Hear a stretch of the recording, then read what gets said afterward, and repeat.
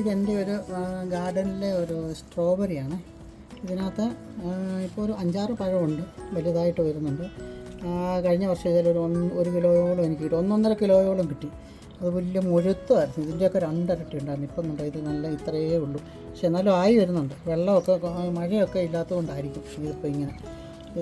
ഇതിനകത്ത് വലിയ കെയറൊന്നും വേണ്ട. സൂര്യപ്രകാശമൊന്നും അധികം അടിക്കരുത് ഇതിന്. സൂര്യപ്രകാശമൊക്കെ ഒത്തിരി വെയിലടിച്ചാൽ ഈ പച്ചപ്പെല്ലാം ഒന്ന് മാറിപ്പോകും, വേറൊരു കളറായിപ്പോയി, അഴുക്കായിപ്പോവും. സൂര്യപ്രകാശം അധികം വേണ്ട. വെള്ളം ഒത്തിരി ഒഴിക്കല്ല. വെള്ളം ഒത്തിരി ഒഴിച്ച് കഴിഞ്ഞാൽ ഇത് അഴുകിപ്പോവും, അടിയിൽ നിന്ന് അഴുക്കായിപ്പോവും. പിന്നെ ഇതിന് ഞാനിടുന്ന വളം കഞ്ഞിവെള്ളം ഒഴിക്കും. പിന്നെ ചായ ഇട്ടിട്ട് ചായപ്പൊടി വെള്ളത്തിൽ കഴുകിയിട്ട് അതുകൊണ്ട് ഇതിനിടും. അതൊക്കെ ഉള്ളൂ ഇതിന് വെള്ളം ഇടും. നല്ലതായിട്ട് കായ്ച്ച കഴിഞ്ഞ വർഷം. ഈ വർഷം ചെറുതായിട്ടൊക്കെ കായ്ച്ച് വരുന്നുണ്ട്. പക്ഷേ ഇതിനൊക്കെ ചെറിയ പൂവൊക്കെ ആയി വരുന്നുണ്ട്. അതായത് ഇതിൻ്റെ പൂ കണ്ടത് ഇതുപോലെ ഇച്ചിരി ഇങ്ങനെ കിളുത്ത് വരും. അതുകൊണ്ട് പൂവ്, ഇതിൻ്റെ ചെറിയ പൂവാണ് ഇതുണ്ടോ. ഇതിങ്ങനെ കായ്ക്കും. പിന്നെ ഇതിൽ ഇച്ചിരി വലുതാകുന്ന ഇതിങ്ങനെ ആവും. ഇതിങ്ങനെ ഇതാവും. പിന്നെ അത് കഴിഞ്ഞ് അതിൻ്റെ വലുതാ ഇതിപ്പം പച്ചയായി വരുന്നുണ്ടോ. ഇതിന് മുഴുക്കും. ഇതിങ്ങനെ കിടക്കും.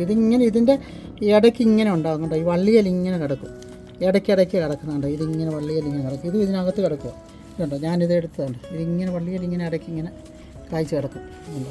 നല്ല പഴുക്കുവാണെങ്കിൽ ഇതിനൊരു ചെറിയൊരു പുളിരസമുണ്ട്, മധുരമുണ്ട്.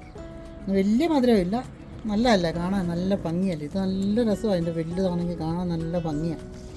പിന്നെ ഇതിനകത്ത് ഡയറക്റ്റ് സൂര്യപ്രകാശമൊന്നും വരുന്നില്ല. നമ്മൾ നോക്കിക്കഴിഞ്ഞാൽ മതി. ഇതിനകത്ത് ഒരു കിളിയുണ്ട്. ഇവിടെ കുറേ കിളികൾ വരും ഇത് കൊത്തിയെടുക്കാൻ.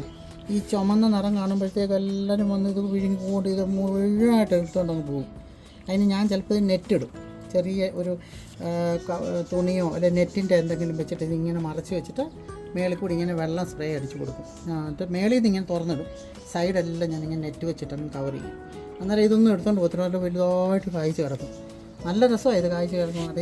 ഇത് വെക്കാനാണെങ്കിൽ ഇതിൻ്റെ ഈ ഒരു തണ്ട് ഇതുപോലത്തെ ഒരു വേര് ഇങ്ങനെ പറിച്ച് വെച്ചാൽ മതി. ചെറിയ ഒരെണ്ണം പറിച്ച്, ഞാൻ നേഴ്സറിയിൽ നിന്ന് കൊണ്ട് വെച്ചതായത്.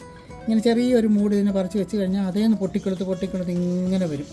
ഈ വലിയ നീളത്തിലുള്ള കുറച്ച് പരപ്പുള്ള പാത്രത്തിൽ വേണം ഇത് വെക്കാൻ. അല്ലെങ്കിൽ അത് കുഴിഞ്ഞ ഈ നമ്മൾ ഈ ചട്ടിയിലൊക്കെ വെച്ച് കഴിഞ്ഞാൽ അത്രയും ഉണ്ടാകത്തില്ല. ഇങ്ങനെ നിരന്ന് കായ്ക്കണത്. നല്ല നിരന്ന് വരുമ്പോൾ നല്ല രസമാണ് ഇത് കാണാൻ. ഇത് പിന്നെ നിങ്ങൾക്ക് ഇഷ്ടപ്പെടുവാണെങ്കിൽ ഇതിന് ലൈക്ക് ചെയ്യണം, ഷെയർ ചെയ്യണം, പിന്നെ സബ്സ്ക്രൈബ് ചെയ്യണം. കമൻറ്റിൽ എഴുതണേ. എന്തെങ്കിലും പറയാനുണ്ടെങ്കിൽ കമൻറ്റിൽ എഴുതണേ.